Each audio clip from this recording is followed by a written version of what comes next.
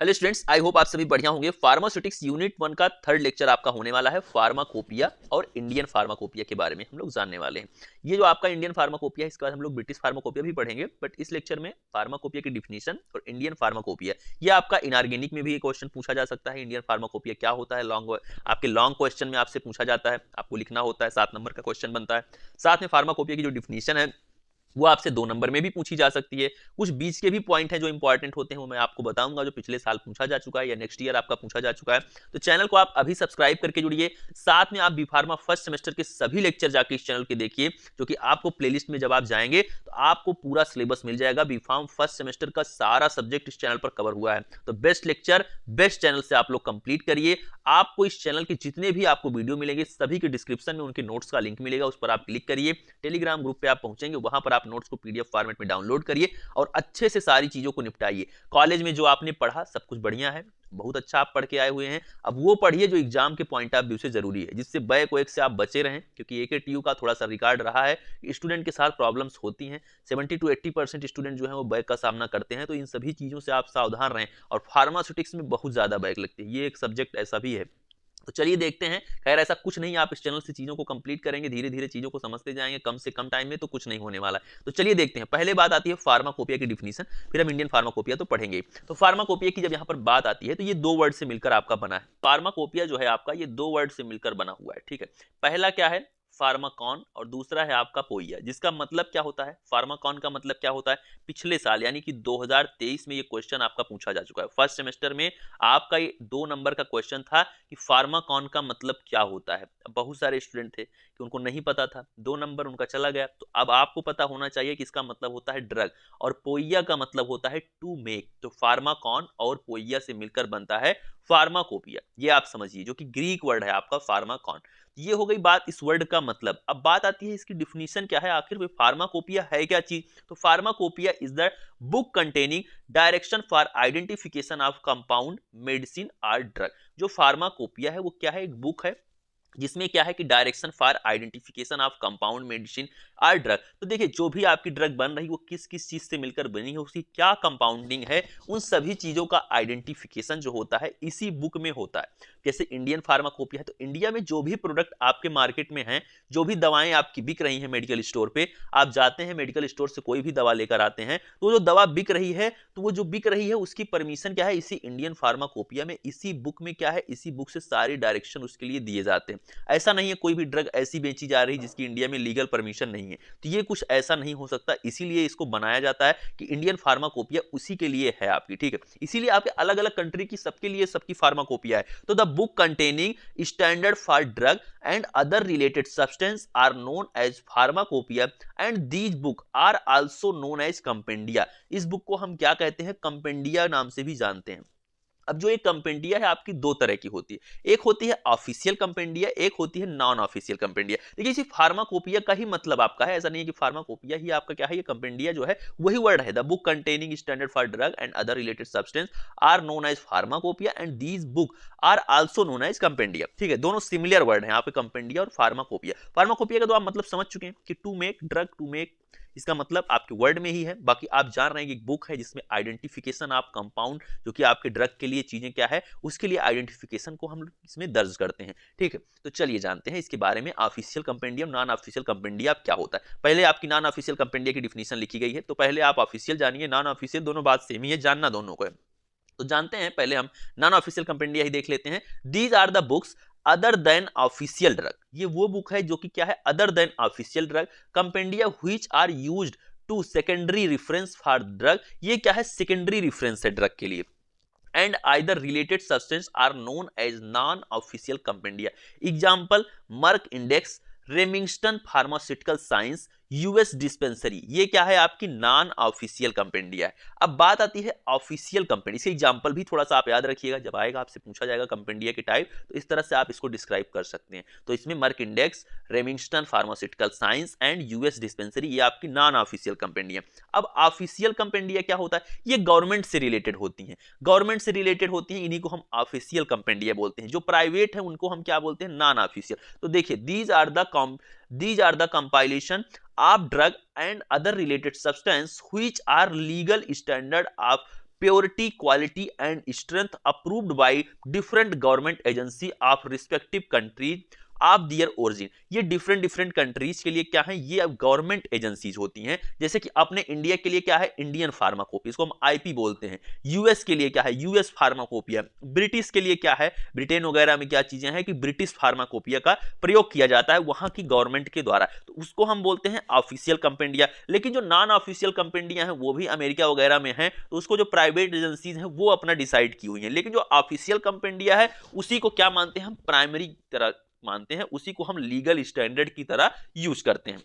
यह आपको समझना होगा। ऑफिशियल का मतलब क्या है, किसी भी कंट्री की गवर्नमेंट द्वारा डिसाइड किया गया है, और नॉन ऑफिशियल क्या है, वह एक प्राइवेट है, आपका एक तरीके से कह सकते हैं आप, प्राइवेट चीज है, उसको किसी कंपनी ने, किसी एजेंसी ने उस चीज को डिसाइड किया हुआ है। तो हम जानते हैं यहाँ पर आपकी जो ऑफिशियल कंपेंडिया है उसकी जो पहली कंपेंडिया जो अपने लिए सबसे पहले इंपॉर्टेंट होती है, पढ़ना तो यूएस फार्माकोपिया, ब्रिटिश फार्माकोपिया भी आपको है, इंपॉर्टेंट सब है, लेकिन पहले इंडियन फार्माकोपिया को हम जानते हैं। क्या है इंडियन फार्माकोपिया, क्योंकि भैया बाहर वालों को जानने से पहले अपने देश के बारे में पहले जानिए आप। तो आईपी क्या होती है आपकी, IP is an official compendia which provide overall quality standard of pharmaceutical product marketed in India। India में जो भी फार्मास्यूटिकल प्रोडक्ट आपके मार्केट में है उसके क्वालिटी स्टैंडर्ड को क्या कर रही है, प्रोवाइड कौन कर रहा है, आपकी आईपी, इंडियन फार्माकोपिया ही डिसाइड करती है कि जो आपके मेडिकल स्टोर पे दवा बिक रही है वो सही है कि नहीं है, जो दवा बिक रही है वो आपके हेल्थ के लिए सही है कि नहीं सही है, ये सारी चीजें आईपी ही डिसाइड करती है। ऐसा नहीं है कि कुछ भी बेचा जा रहा है, तो ये चीज आप समझिए। IP published by IP commission having headquarter of at Ghaziabad. जो आपकी आईपी है उसके लिए जो आपका जो भी चीज है, जो डिसाइडेड जो फैक्टर है, उसके लिए जो हेडक्वार्टर है आपका, जहां से सारी चीजें डिसाइड होती हैं, वो आपका गाजियाबाद में। आपसे 2 नंबर का क्वेश्चन पूछा जा सकता है कि IP published by IP commission having headquarter, आपसे पूछा जा सकता है इंडियन फार्माकोपिया का हेडक्वार्टर कहां पर है, तो आप गाजियाबाद याद रखिए। IP perform in collaboration with member of scientific body from CDSCO, central drug standard control organisation. जो आपकी आईपी है वो किसके कोलैबोरेशन में काम करती है, CDSCO, central drug standard control organisation के साथ कोलैबोरेशन में वर्क करती है। And the state regulatory authorities from the other scientific and academic institution in pre independence, यानी कि आजादी के पहले जब ब्रिटिश शासन था अपने देश में, pharmacopoeia was used in India as pharmacopoeia. In 1946 government of India issued one list known as IP list. ठीक है, जो आपका इंडियन में पहले क्या था, जब तक ब्रिटिश का शासन था तब तक क्या था, यहां पर भी आपकी ब्रिटिश फार्माकोपिया ही यूज होती थी प्री इंडिपेंडेंस, यानी कि 1946 के पहले क्या था कि आपने भी देश में क्या चीजें यूज होती थी, ब्रिटिश फार्माकोपिया यूज होती थी। इंडिया की कोई भी अपनी ऑफिशियल कंपेंडिया नहीं थी, ये चीज आप समझिए, कि आजादी के पहले हम इस चीज के लिए कहीं ना कहीं क्या थे, गुलाम थे, तो हमें वही चीज मानना होता था जो अंग्रेज डिसाइड करते थे, तो हम वहां पर क्या था, ब्रिटिश फार्माकोपिया को फॉलो करते थे। लेकिन 1946 में government of India issued one list known as IP list which was used as supplement to British pharmacopoeia. तो क्या हुआ कि आईपी जो है आपकी आईपी के list I which was used to supplement to British pharmacopoeia, जो कि पहले क्या था आपका ब्रिटिश फार्माकोपिया की तरह क्या था, यूज किया जाता था। फिर क्या हुआ कि committee under chairmanship of sir RN. Chopra, तो कमेटी एक बनी आपकी, आर.एन. चोपड़ा एक थे, उनके आपके क्या था कि उनके एक तरीके से हम कह सकते हैं उनके नेतृत्व में अलोंग विथ अदर 9 मेंबर, और 9 और भी मेंबर थे उनके साथ में, आर.एन. चोपड़ा के नेतृत्व में क्या था, इस चीज को प्रिपेयर किया गया, एक 9 मेंबर की कमेटी तैयार की गई। IP list that was prepared by Department of Health, Government of India, Delhi in 1946 में जो है ये चीज आपका क्या किया गया, इसके लिए एक डिपार्टमेंट ऑफ हेल्थ की तरफ से, गवर्नमेंट ऑफ इंडिया की तरफ से इस चीज को आईपी की एक लिस्ट जो है वो प्रिपेयर की गई, जिसके लिए आप क्या था, आप चेयरमैनशिप में क्या कौन थे, sir RN. Chopra along with 9 member. ठीक है, इस चीज को आप ध्यान रखेंगे, आर.एन. चोपड़ा जो थे उन्हीं के नेतृत्व में सारी चीजें स्टार्ट हुई। In 1948 government of India appointed an IP committee, 1948 में गवर्नमेंट ऑफ इंडिया ने अपॉइंट किया IP committee for preparing pharmacopoeia of India, and tenure of this committee was 5 year. तो पहली बार क्या था कि 1948 में गवर्नमेंट ऑफ इंडिया ने क्या किया, अपॉइंट किया आईपी कमेटी को, और इसकी जो अवधि थी, इसकी जो तय सीमा थी, इसकी जो लिमिट थी वो आपकी 5 साल के लिए इस कमेटी को बनाया गया कि 5 साल तक आप लोग वर्क करिए और इस चीज के लिए मॉनिटर करिए कि कौन सी दवा इंडिया में बिक रही है, जो भी मार्केटेड में, जो भी आपकी इंडिया में मार्केटेड हैं जो दवाएं जो बेची जाएंगी, क्या है उनका कंपोजिशन, क्या चीजें हो सकती हैं, क्या नहीं हो सकती। ओवरऑल जो क्वालिटी स्टैंडर्ड था उसको डिसाइड करने के लिए गवर्नमेंट ऑफ इंडिया ने आईपी कमेटी का क्या किया, गठन किया, बनाया। ये चीज आप समझें। अब बात आती है कुछ और चीजों की, जो कि हम बात करते हैं एडिशन को लेके। तो जो आपका आईपी का एडिशन था वो आप समझिए।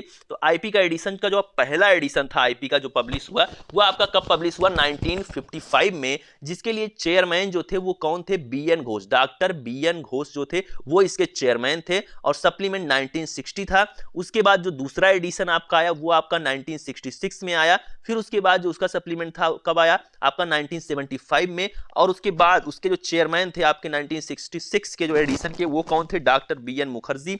1985 में 2 वॉल्यूम आपका आया। सप्लीमेंट जो था इसके लिए वो 1991 में डॉक्टर नित्यानंद थे इसके चेयरमैन। फिर उसके बाद जो 4th एडिशन आपका था 1996 में, 2 वॉल्यूम इसके भी थे आपके। और 2000 एंड 2002 2005 में सप्लीमेंट, डॉक्टर नित्यानंद इसके भी चेयरमैन थे। 2007 में 3 वॉल्यूम आए आपके। 2003 में ही आपका क्या था यहाँ पर, 2003 में ही इसके लिए क्या था, इसका जो सप्लीमेंट था। और मिस्टर प्रसोना होला जो थे वो क्या थे, इसके चेयरमैन थे। 2010 में 3 वॉल्यूम आया आपका, इसके एडिशन आए 3, आपके आईपी के 3 वॉल्यूम आए। इस टाइम भी आप देख सकते हैं जो आपका लेटेस्ट एडिशन है उसको आप अपने लाइब्रेरी वगैरह में देख सकते हैं। आईपी का एडिशन होगा, काफी महंगी किताबें होती हैं, ठीक है। तो उस चीज को आप जाके देखिए, आईपी जो आपकी नई वाली आईपी है उसको जाइए देखिए, नया एडिशन आप लेटेस्ट एडिशन को देख सकते हैं, क्या चीजें हैं, उससे आपको बहुत ज्यादा नॉलेज मिलेगी। जो भी दवाएं इंडिया में बिक रही हैं, जो भी चीजें हैं, सब कुछ आईपी के अंदर रजिस्टर्ड है, कुछ भी ऐसा नहीं है जो आईपी के अंदर आपको नहीं मिलेगा। 2012 में इसका जो सप्लीमेंट है, मिस्टर पी के प्रधान जो है इसके चेयरमैन थे। 2014 में 4 वॉल्यूम आया आपके लिए। और 2015 और 2016 में जो था इसके लिए जो सप्लीमेंट था, मिस्टर केशव देश राजू, ये कौन थे इसके लिए, इसके चेयरमैन थे, जो लास्ट में आपके 2014 वाले में थे। तो इस तरह से क्या है, आप अलग अलग जो आपके एडिशन थे इंडियन फार्माकोपिया के, इस तरह से आते गए। और अभी भी जो आप जाके देख सकते हैं, अभी भी आपको मिल जाएगा लेटेस्ट, आप जाके इंडियन फार्माकोपिया की जो बुक है जो पब्लिश हुई है उसको आप जाके, जो इंडियन फार्माकोपिया की कंपेंडिया जो है उसको आप जाइए और अपने लाइब्रेरी में चेक करिए, उसको देखिए, अच्छे से चीजों को समझिए। उस बुक को एक बार आप जरूर देखें अपने फर्स्ट सेमेस्टर में, और सारी चीजों को समझें कि क्या हो सकती हैं, क्या फ्यूचर में किस तरह से बदलाव होते हैं और किस तरह से अभी क्या चीजें चल रही हैं। बाकी ये लेक्चर यहीं तक हम रखते हैं, क्योंकि हम यहाँ पर डिस्कस कर चुके हैं इंडियन फार्माकोपिया के बारे में, साथ में फार्माकोपिया की डिफिनीशन आप जान चुके हैं। नेक्स्ट लेक्चर में हम लोग जानने वाले हैं फार्मेसी एज अ कैरियर, कि फार्मेसी के बाद आप किस किस क्षेत्र में जा सकते हैं, जो कि सबसे बड़ा सवाल हमारे मन में होता है जब हम बीफार्म कर रहे हो, डीफार्म कर रहे हो, तो हमको यही जानना होता है। यहाँ पर हम मेनली बीफार्म की बात करेंगे, लेकिन हम बात करेंगे यहाँ पर जो आपके डीफार्म के कैंडिडेट है उनकी भी बात हो जाएगी। फार्मेसी के बारे में जान रहे हैं तो ओवरऑल डिप्लोमा डिग्री जितने हैं सब यहाँ कवर हो जाएगा। तो क्या है, फार्मेसी एज अ करियर के बारे में हम जानेंगे कि फार्मासिस्ट का क्या करियर है, क्या करियर हो सकता है, किन किन क्षेत्रों में आप जा सकते हैं। इस लेक्चर को अपने दोस्तों में शेयर करिए, अपने क्लासमेट में शेयर करिए, अपने सभी सगे संबंधियों को बताइए जो भी बीफार्म कर रहे हो। वीडियो को लाइक करिए, कमेंट में बताइए कौन सा ऐसा पॉइंट है जहां पर आपको कोई भी प्रॉब्लम हुई है, क्या लेक्चर आप चाहते हैं फ्यूचर में। साथ में टेलीग्राम ग्रुप को ज्वाइन करिए, मुझे इंस्टाग्राम पर फॉलो करिए, सभी का लिंक आपको डिस्क्रिप्शन में मिल जाएगा। जुड़े रहिए इस चैनल से, मिलते हैं नेक्स्ट वीडियो में। Thank you, love you all, नमस्कार।